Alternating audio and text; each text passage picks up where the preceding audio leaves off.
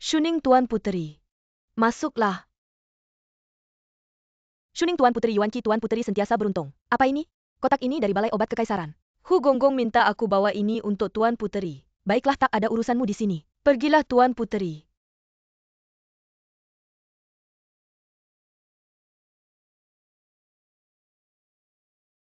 Kakak hamba tahu cara pakai cara ini untuk menghantar berita. Memang mereka boleh fikir begitu. Kalau sudah tahu, Rufai hari ini akan pakai Mari baju kuning. maklumkan Ercun segera ya. Bagaimana, ada berita tak? Lihatlah. Oh, ternyata hari ini Rufai akan memakai gaun ungu. Sudah kubilang kakak Wang dapat membuka segala jalan, kakak kali ini tak panggil kamu. Buang perjalanan kosong sahaja. Masa pun tak awal lagi, cepatlah kita bertukar pakaian dan keluar. Ya, cepatlah. Ercun masih batuk juga? Aku dah pesan awak terkena air lalu masuk angin. Lagi-lagi tak dengar cakap saya bukan apa-apalah. Betul juga, awak hari ini nak pakai set yang mana? Ya, pakai yang mana bagus. Kenapa tiba-tiba jadi tak berpendapat? Awak tolong pilihkanlah yang mana baik. Yang ini tak buruk. Ya. Jadi kita berdua hari ini jangan pakai gaun ungu itu saja, sudah cukup. Bagus-bagus. Tuan Puteri, masa sudah agak lambat, biar Baucang bantu Tuan Puteri bertukar pakaian. Hari ini aku tak akan pakai warna keemasan. Lapor kepada Tuan Puteri Rufai, Menteri Kementerian Pekerjaan Jeng. Menghantar patung Guanyin pembawa anak-anak berbahan giok putih Yunan untuk Tuan Puteri. Tuan Jeng masih memperhatikan istana ini. Simpan baik-baik ya Tuan Puteri. Oh ya, tahun ini Tuan Jeng bukankah? Sepertinya menghantar beberapa kain sulaman biru. Tuan Puteri, inilah gaunnya. Masuklah. Cun Tuan Puteri, biar aku serahkan kotak ini padamu. Terima kasih, keluarlah.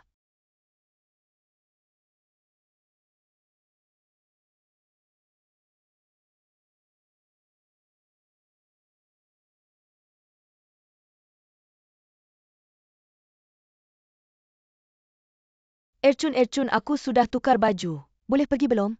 Ercun, boleh pergi belum? Sudah waktunya masuk. Ercun.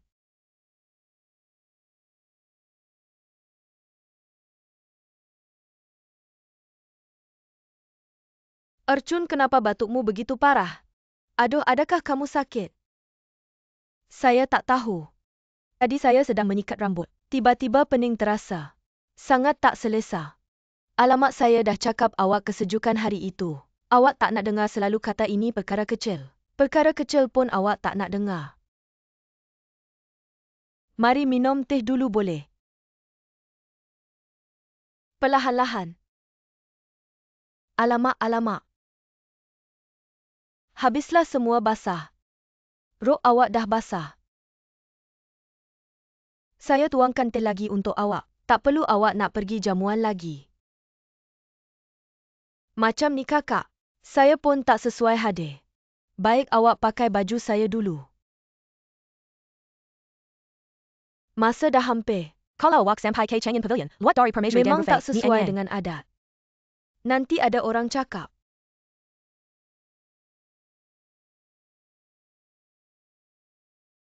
Bedak ni tak cukup merah ke? Ah, tak cantik sangat. Betul ke Yu Ying Xiaoju gugu? Saya dengar Tian Lan cakap Ercun Xiaoju belum berangkat. Dia kat mana? Adik dia. Dia kesejukan sekarang, rehat dalam bilik. Kalau ada orang tanya, awak beritahu sahaja. Tak ada orang akan marah awak. Kamu semua pergi ke Changin Pavilion dulu gugu. Alamak, hati-hati, maaf, saya tolong awak. Saya tolong awak, maaf. Ercun Xiaoju sakit macam mana? Ercun Xiaoju cakap dia rehat sekejap sahaja. Oh, baju siapa ni? Yu Ying Xiaoju suruh saya cuci baju dia. Dia cakap sebelum pergi jamuan tak sengaja basah. Tapi nasib baik Ercun Xiaoju baik hati. Dia sendiri tak boleh pergi ke Changin Pavilion. Jadi dia bagi baju dia untuk Yu Ying Xiaoju pakai.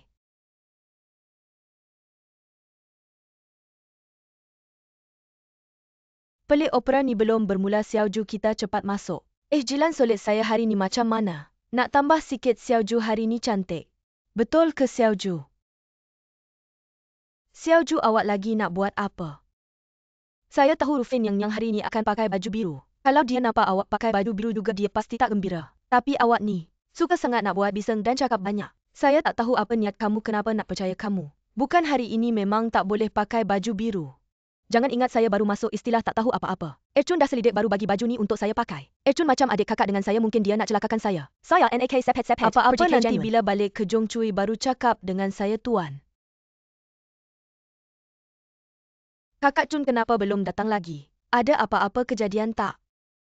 Jangan risau Rufai dia memang selalu buat macam-macam. Baru tadi memang buat kita semua kelam kabut. Tapi percayalah Ercun ni memang bijak. Dia pasti boleh tipu budak tu pakai baju biru. Tuan Yuing dah sampai.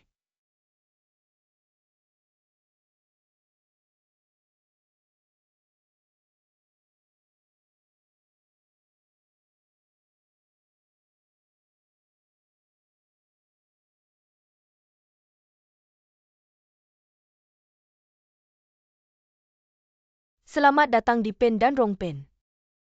Dengar orang cakap, adik kamu memang mewah dalam istana.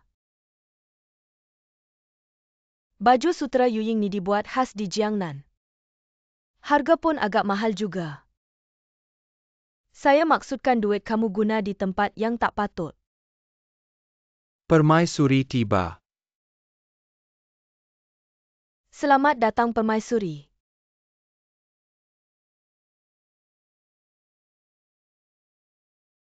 Semua bangunlah.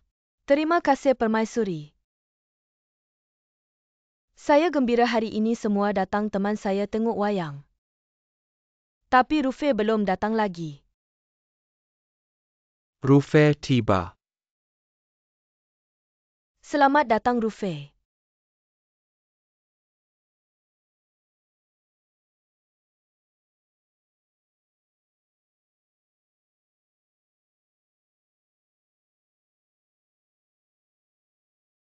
Selamat datang Permaisuri. Selamat datang Permaisuri. Terima kasih Permaisuri. Terima kasih Permaisuri atas tempat duduk.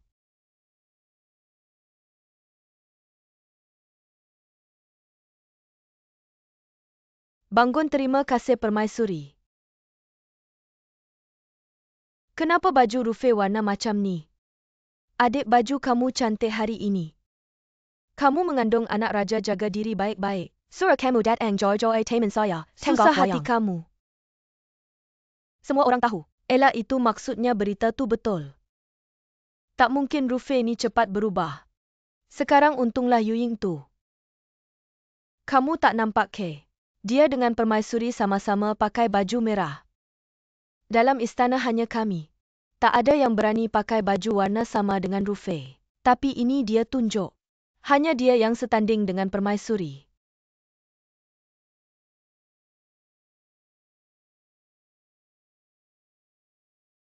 Kamu ni. Saya tak tahu nak cakap kamu ni buat khas saja. Masakan dalam pandanganmu aku ini bodoh sangat ke? Sampai kau boleh main-main dengan aku berulang kali. Aku tahu kau ini makcik kami masih budak-budak. Tetapi kau nak main-main dengan aku. Ini hal antara aku dengan kau, jangan libatkan adik aku. Tolong jangan fitnah adik aku. Lagipun kami dah bersumpah setia. Sepanjang perjalanan susah senang, kami lalui bersama. Dia macam mana? Aku lebih tahu aku. dari sesiapa pun. Aku percaya dia takkan pernah nak khianati aku. Sebaliknya niat kau macam mana dengan orang lain aku tak berapa tahu. Dan tak nak tahu pendek kata. Aku tak nak cakap dengan kau lagi. Aku nak cari adik aku.